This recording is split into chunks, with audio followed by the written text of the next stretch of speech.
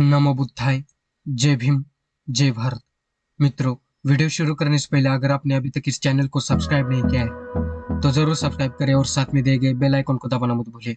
इसी के साथ नए वाले चैनल को भी जरूर सब्सक्राइब करें, ज्वाइन बटन के जरिए चैनल के सदस्य जरूर बने, इंस्टाग्राम पर जरूर फॉलो करें।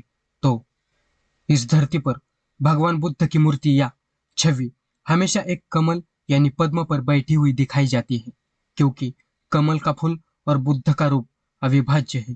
पद्म के बिना बुद्ध की मूर्तियां भी हैं, लेकिन जो पवित्रता कमल के फूल के साथ दिखाई देने वाली होती है वो पद्म कमल विरहित बुद्ध की मूर्ति में प्राप्त नहीं होती है।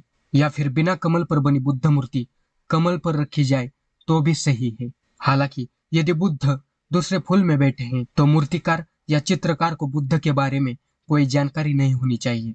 कई भारतीय अभी भी भगवान बुद्ध और कमल के फूल के बीच में संबंध नहीं जानते।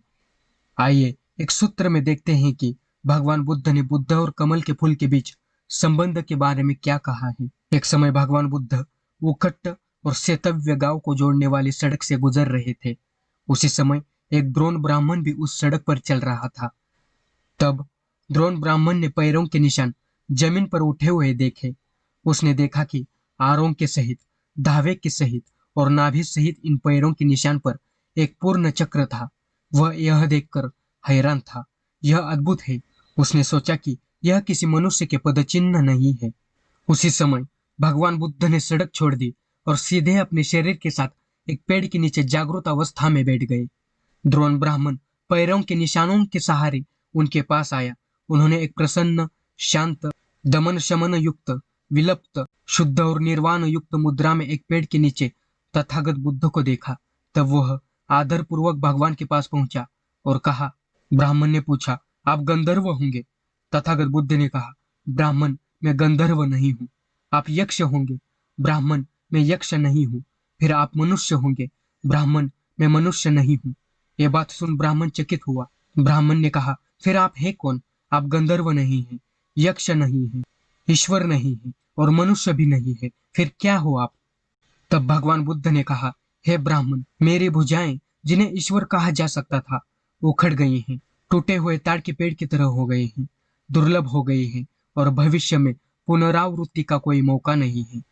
हे ब्राह्मण, जिन अस्त्रों की वजह से मुझे ईश्वर कहा जा सकता था, मनुष्य कहा जा सकता था, गंधर्व कहा जा सकता था या फिर यक्ष कहा जा सकता था, वे मेरे अस्त्रों पूर्णता नष्ट हुए हैं, तोड़े गए ताड़ वृक्ष की तरह हुए हैं। भविष्य में उनकी उपज होने की कोई संभावना नहीं है। हे ब्राह्मण, जिस प्रकार कमल का फूल पानी में उगता है, फलता फूलता है, पानी में ही जीवित रहता है, लेकिन जल से विलुप्त होकर जल के ऊपर होता है, इसी प्रकार ब्राह्मण, मैं दुनिया में पैदा हुआ हूँ, मैं दुनिया में बड़ा हुआ हूँ, लेकिन मैंने इस रोगग्रस्त दुनिया को जीत लिया है और इससे अलिप्त रहकर अपना विहार कर रहा हूँ। हे ब्राह्मण, मुझे बुद्ध समझ। इसका मतलब सुंदर कमल का पुष्प पानी में रहकर इस दुनिया में लिप्त नहीं होता, उसी प्रकार इस विकार युक्त कीचड़ भरी दुनिया में रहकर भी तथागत बुद्ध विकार अलिप्त है, सबसे अलिप्त है। इसी कारण वे बुद्ध है। यही कारण है कि तथागत बुद्ध की प्रतिमा या मूर्ति कमल के फूल पर पवित्रता और शुद्धता के प्रतीक के रूप में दिखाई जाती है। मित्रों, अगर आपको यह वीडियो पसंद आया हो तो इस वीडियो को लाइक कीजिए, ज्यादा से ज्यादा शेयर कीजिए। अगर आपने अभी तक इस चैनल को सब्सक्राइब नहीं किया है तो जरूर सब्सक्राइब करें और साथ में दिए गए बेल आइकन को दबाना मत भूलें। इसी के साथ नए वाले चैनल को भी जरूर सब्सक्राइब करें, ज्वाइन बटन के जरिए चैनल के सदस्य जरूर बने, इंस्टाग्राम पर जरूर फॉलो करें। चलो मिलते हैं अगले वीडियो में। नमो बुद्धाय। जय भीम। जय भारत।